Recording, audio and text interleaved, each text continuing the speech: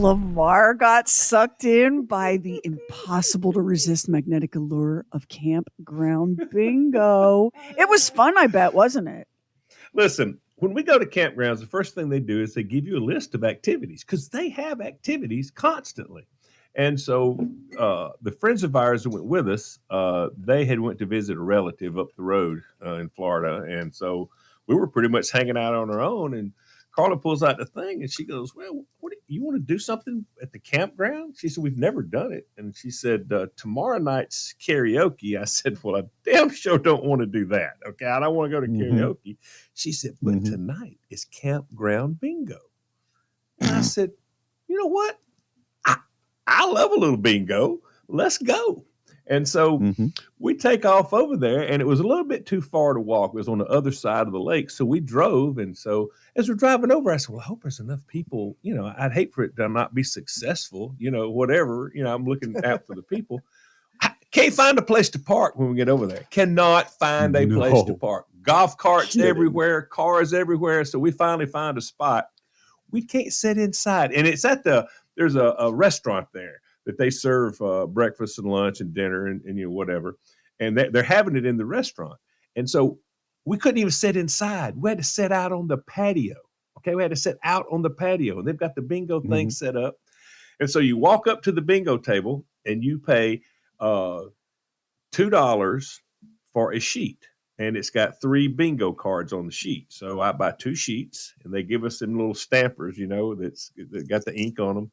So we go out there and sit down. We get us a cocktail. And so we go out there and sit down, and they start calling bingo.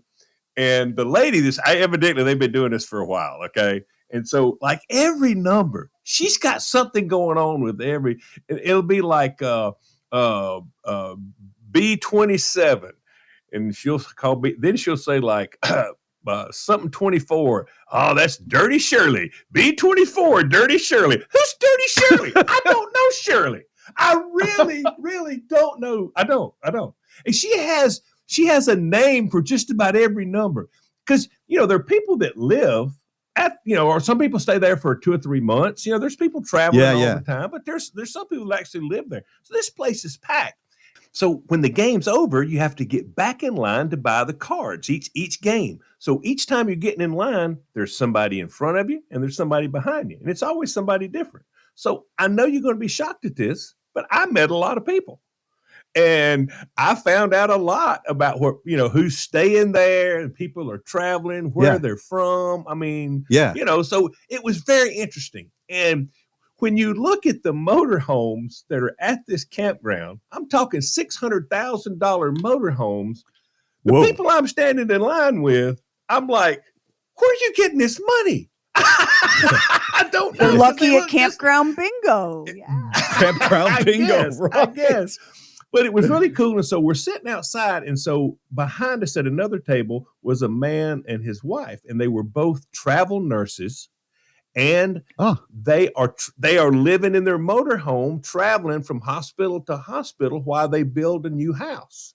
And so, and I'm asking them a lot of different questions, and it was very interesting to talk to them. Well, he wins bingo.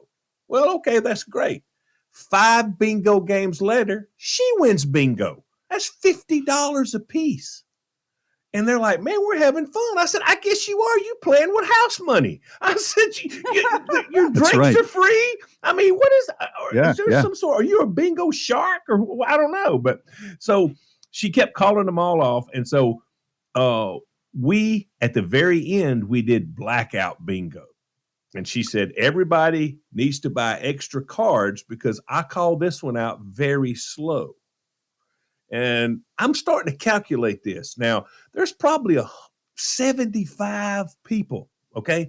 We're playing bingo every 7 or 8, 10 minutes at the most 10 minutes. So that's going to be 6 bingo games an hour at $2 a sheet.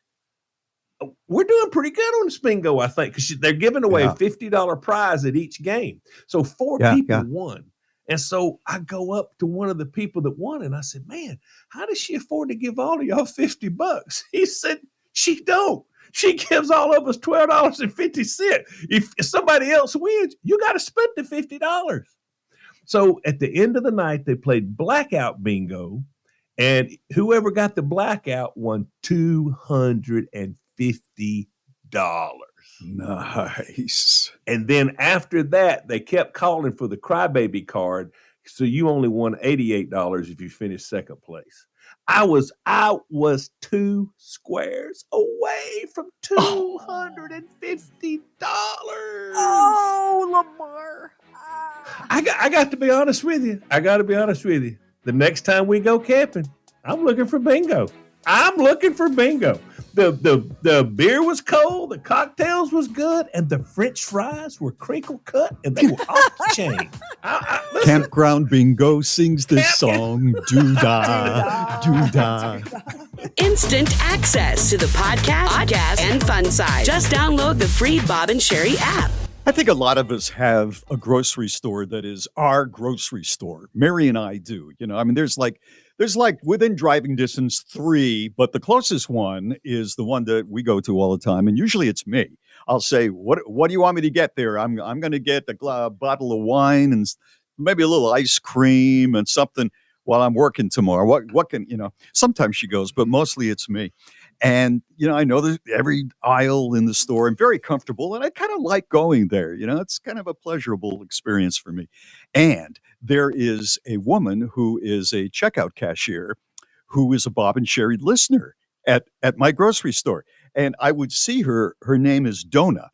And I would see her now and then. I didn't think anything about it. And then I was checking out at Donna's register, and she looked at me and she said, "Are you Bob?" And I went, "I am." And she said, "Oh my God, I've been listening to you and Sheri for so long." And then she said, there were like 3 people in line behind me. "This is Bob. This is Bob of Bob and Sheri." Oh, I'm so sorry. And they looked at me like stunned, and we have a lot of visitors from God knows where I live. And then she called over the vegetable manager was within eyesight. "Come over here. Phil, come on over. This is Bob. I've been listening to Bob for her." I just love Donna. I just do. I always try to go to her register. And for Christmas, I've done this 2 years in a row. I mean, she helps me out a lot. She'll just say, "Oh, there's, something on sale over there. You got to look for that." And so I got her a Christmas card with a little cash in it. No big deal. So I gave it to her. Now, when Mary goes to the store, there's a man, and she did the same thing for this man, older guy, and he's very efficient. I mean, he's on the job. He's always looking for something to do. Is something going wrong? Can he help somebody? And one of his jobs is to stand by the self-checkout, and if you have alcohol, he comes over and, you're over 21, he makes sure, and does the little, tap on the screen. So he has not been friendly to me at all. I go over there and I, put the wine bottle up, and it's "Help is on the way." And first of all, it says, "Welcome, valued customer." I like that. So he comes over and he lets me go through, and then I can put the other thing through the machine. But he is very, very almost grim around me. I see him talking to other people, and very nice. With me, not much of anything. As a matter of fact, less than nothing. And I'm thinking to myself, like deliberate coldness, you think? Yeah, deliberate coldness. Okay. Judging. And I'm starting in my head, I'm playing out, oh, he sees me. I'm always the one buying the wine. Sometimes it's for her, sometimes it's for me, right? But I'm buying the wine. And I think he's judging me because I buy a fair amount of wine in the course of a month. And he's always the one, seemingly, that checks me out. And I'll say, "Thank you." Mm-hmm. He'll go, "Mm-hmm," and walk away. Well, that's Mary's friend. And I said, "Hey, I gave Donna a little something." She said, "I did too, to Paul." And I know who Paul is because he's got that little thing. And I had talked to her about my relationship or lack thereof with Paul. And she said, "Oh, Paul is great. I gave him his gift, and I told him that you think he hates you." I am not making this. I am not exaggerating at all. So a couple of days after Christmas, in I go. And I go over with a bottle of wine, and there's Paul. He goes, well, there you go. There you go. Did you have a good Christmas this year? Yes, I did, as a matter of fact. Thank you so much. Thank you. I did. Yeah, were you here or did you go away? We were here for the most part. My granddaughter got the croup. Oh, well, you know what? With the croup, she can't pass it along. You should have gone to see her. Yeah, I should have. And now I went yesterday, and I'm in line with Donna, and there's Paul at his station, which is about 25 feet away, and he's waving, hi, Bob. Oh, hi, Paul. How you doing? So now I like Paul. He works hard. He's a good man. But it's just, he's forced to be nice to me. The heavy now drinker. You have to move. You know? Now you have to move. Remember when you had to tell the owner of that restaurant that you had moved so that you could justify not being a regular anymore? Now you literally have to move. You have no choices. I can't move anymore. You know what I'm doing? I go into the store and I scan. And if I see Paul, That's not stressful. I go to another That's aisle. not adding anything extra to the day. That's not. Why don't you make him hate you again? You were better off when he hated you. It was quiet. I had peace and quiet. I guess you'll never learn, huh, mister? Bob and Sheri books, swag, and the mother of all mothers merch. Just hit shop at bobandsheri.com. It's talkback time. You can call us on the phone at 844-52-SHERI, or you can snatch up our app. It's free in Google Play and the Apple Store. Do you know with the app, you can listen to the show every day and each and every one of our podcasts, from the daily podcast to the oddcast to Talking Lamar to True Weird Stuff. And you can text the studio and enter contests. You can even send videos, or you can just tap the little microphone in the bottom center of the screen and talk, and the app will do the rest. Hey, Bob and Sheri, this is Soleil, and I wanted to give a shout out to my mom, who's listening right now, actually. She's loved your show for years, and I love it too. And yeah, well, anyway, we love you guys, and bye-bye. I love her name. Oh, Soleil. That's so pretty. Yeah, it's beautiful. Yeah, thank you. For Lamar, maybe he just has to have the right kind of meatball to be able to come into the meatball world.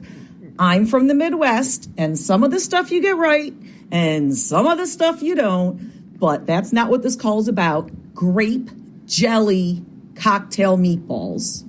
That's what you need. Just Google grape jelly cocktail meatballs, and I tell you, if this doesn't convert you, there's no converting you. Thank you for all you do on the show. This is Jenny Jane Fredericks, used to be from Woodstock.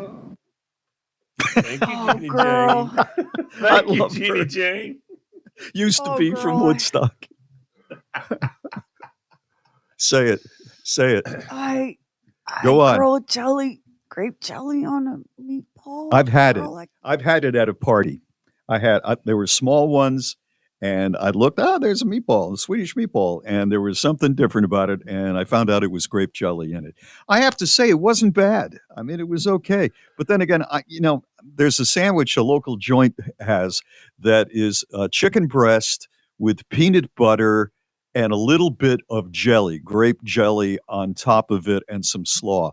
And it doesn't sound like a Bob lunch, but it's so delicious that I get it every once in a while. It does not sound like a Bob. It's great. It's fantastic. It sounds like the sort of thing that Bob would be very critical of if somebody else was ordering it. Yeah. Doesn't Luckily, it? he's eat it first, though. He's eat it first.